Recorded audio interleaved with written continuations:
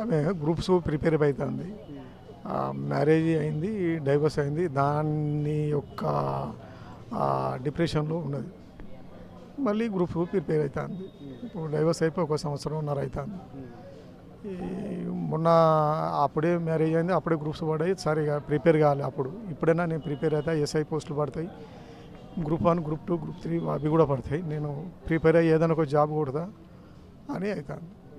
ఇప్పుడు తను అందుకని అంతకుముందు కూడా మ్యారేజ్ చేసుకుని డివోర్స్ అని చెప్పి, అంటే ఆ ప్రెషర్, ఆ ఒత్తిడి ఏమన్నా అనుకోవచ్చా, లేకుంటే ఆ మానసిక ఇబ్బంది అనుకోవచ్చా, లేకపోతే ఆ మానసిక ఇబ్బంది కూడా ఉన్నది.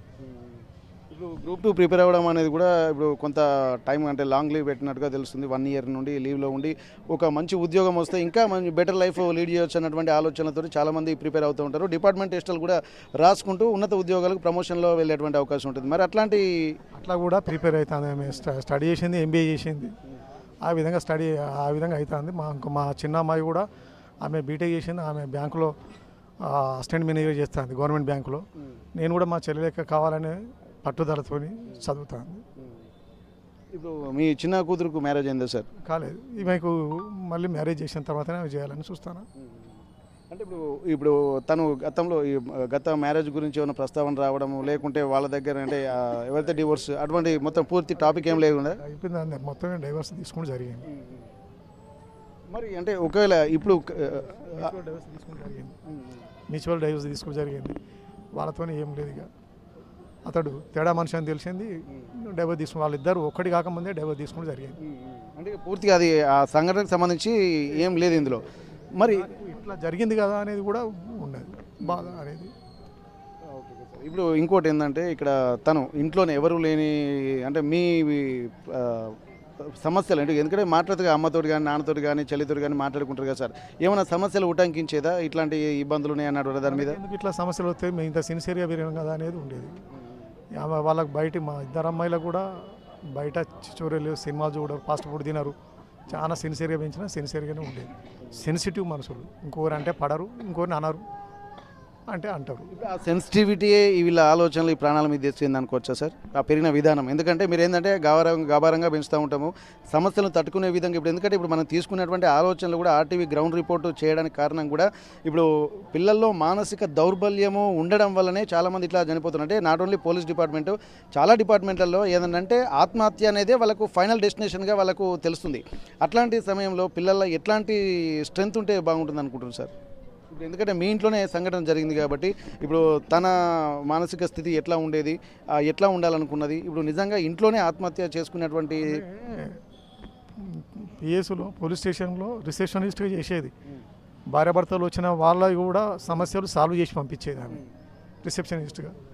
వాళ్ళు ఎస్ఐ చెప్పినాక కూడా వినకుంటే ఆమె దగ్గరకు వస్తే పరిష్కారం చేసి పంపిస్తే ఎస్ఐ మెచ్చుకునేదట. అసలు వాళ్ళకి ఏం చెప్పినా ఎట్లా చెప్పినావు, వాళ్ళు మంచిగా పంపించను అని ఆ విధంగా చేసేదట. ఆమె ₹1 కూడా తీసుకునేది కాదు.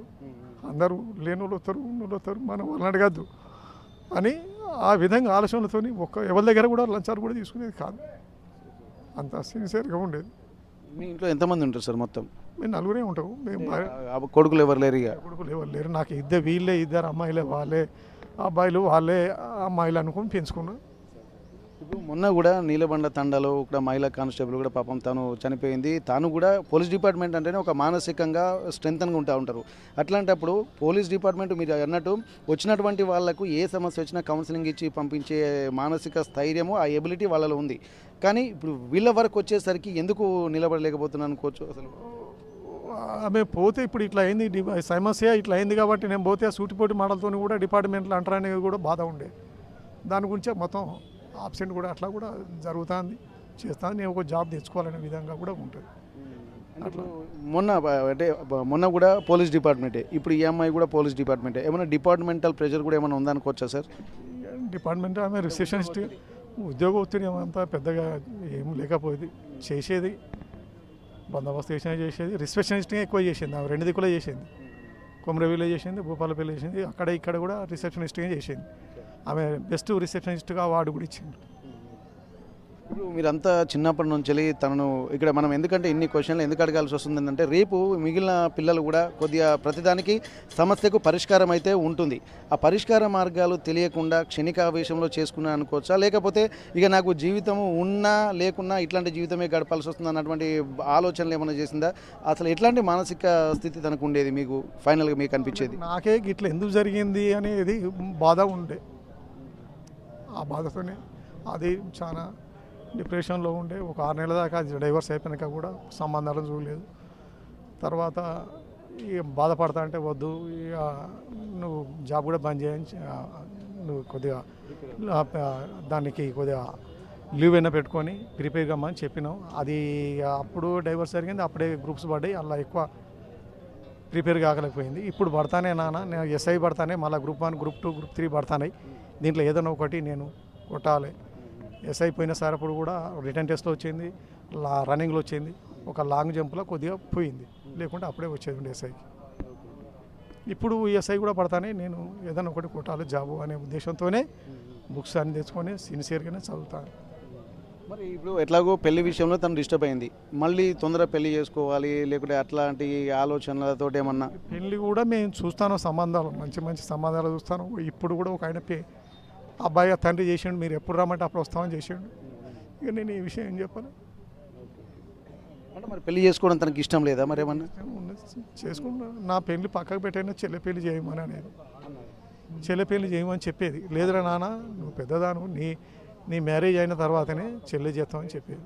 అంటే ఒకవేళ ఎందుకంటే ఇప్పుడు మనం అడగాల్సింది ఏంటంటే తను ఫస్ట్ పెళ్ళి తను అతనితోటి ఇష్టం లేదు, తర్వాత తనతో ఉండలేకపోయింది. ఇప్పుడు రెండో పెళ్ళి అంటే కూడా మళ్ళీ ఎప్పుడైనా నాకు వీళ్ళు పెళ్లి చేయడమే ఫైనల్గా జరుగుతుంది కాబట్టి అసలు తనే పెళ్ళి అంటే ఇష్టం లేకనే ఇదంతా చేసుకోవచ్చు అనుకోవచ్చు. పెళ్లి చేసుకోవాలని ఉండే, అది మానసికంగా ఎట్లా ఆలోచన. నానా గోల్డ్ రేట్ పెరుగుతుంది, గోల్డ్ కూడా తీసుకొచ్చి పెట్టు, చెల్లెకి చేయాలి, నాకు చేయాలని ఆ రోజు కూడా పోయి వచ్చినాం గోల్డ్ షాప్కు. అన్నీ బాగానే ఉన్నాయి సార్. ఇక్కడ దాదాపు ఏంటంటే ఆత్మహత్య చేసుకోవాలన్నటువంటి కారణం ఎక్కడ కనిపిస్తలేదు సార్. మీరు చెప్పిన దాన్ని బట్టి చూస్తుంటే కూడా తను అది అంటే ఏ ప్రెషర్ వచ్చిందన్నటువంటి కోణమే ఇక్కడ మనకు ఆలోచించాల్సిన అవసరం ఉంది. ఇప్పుడు మీరు చెప్తున్నట్టు ఎందుకంటే తను ప్రాక్టికల్గానే అన్నీ ఆలోచిస్తుంది, సానుకూల వాతావరణం ఉంది. తను కూడా ఏంటంటే మరీ ఏం పని లేకుంటూ ఉన్నట్టు కూడా కాదు, ఒక కానిస్టేబుల్ ఉద్యోగం చేసుకుంటూ రిసెప్షనిస్ట్గా మానసిక స్థైర్యం ఉన్నటువంటి అమ్మాయి, ప్లస్ అది కూడా కాదనకుండా ఇంకా ఉన్నత ఉద్యోగాల కోసం ప్రిపేర్ అవుతున్నటువంటి పరిస్థితి. ఒకవేళ పెళ్లి సంబంధం వచ్చినప్పటికీ కూడా మిమ్మల్ని సమాయత్తం చేసే విధంగా గోల్డ్ కూడా తీసుకుందామన్నటువంటి సూచనలు చేస్తున్నది. ఇక్కడ చనిపోవాలన్నటువంటి ఆలోచనకు ఎక్కడ కూడా కారణం కావట్లేదు కదా సార్. అసలు ఇంకా మీకేమన్నా అనిపించేటువంటి అవకాశం ఉంది సార్ దీంట్లో? ఆమెకు ఆ పెళ్ళి డిస్టర్బ్ అయిన నుంచి కొద్దిగా మానసికంగా ఉన్నది. మానసికంగా కొంచెం ప్రిపేర్ అయ్యడానికి ఒక 6 నెలలు అది మొత్తం పోస్ట్ పోన్ చేసి తర్వాతనే సంబంధాలు చూస్తాను. నాన్న నాది పక్కన పెట్టి ముందుగా చెల్లెకు సంబంధాలు వస్తానే కదా, చెల్లెకి చేయమని చెప్పేది. లేదురా నాన్న, నువ్వు పెద్దదాన, నీది అయిన తర్వాతనే చెల్లేది, నిన్ను తక్కువ చూడం వద్దు, గౌరవంగా ఉండదు, నీకు అయిన తర్వాత చెల్లేది చేస్తామని చెప్పేది. ఆమె ఫ్రెండ్ అమ్మ. ఇక్కడ ఎందుకంటే వరుస సంఘటన జరుగుతున్న నేపథ్యంలో తన ఫ్రెండ్ వాళ్ళ కూతురు చనిపోవడం కూడా వాళ్ళ ఫ్రెండ్స్ అందరూ ఇక్కడికి వచ్చారు. వాళ్ళు కూడా ఏంటంటే రాబోయే రోజులలో ఎందుకంటే అందరికీ పిల్లలు ఉంటారు కాబట్టి మానసిక స్థైర్యాన్ని కూడా పెంచే విధంగా ఉండాలన్నటువంటి ఆలోచన చాలామంది చేస్తున్నారు. అసలు ఏం జరిగింది వాళ్ళ ఫ్రెండ్ని కూడా మనం కనుక్కునేటువంటి ప్రయత్నం చేద్దాం. సార్ మీకు ఎందుకంటే ఇప్పుడు గత సంఘటనలు చూసినట్లయితే 2 రోజుల అంటే ఒక 4-5 రోజుల వ్యవధిలోనే పోలీస్ డిపార్ట్మెంట్లోనే 2 ఆత్మహత్య చేసుకున్నారు. అందులో మహిళా కానిస్టేబుల్ 2. ఇప్పుడు కారణం ఏమని అనుకోవచ్చు సార్?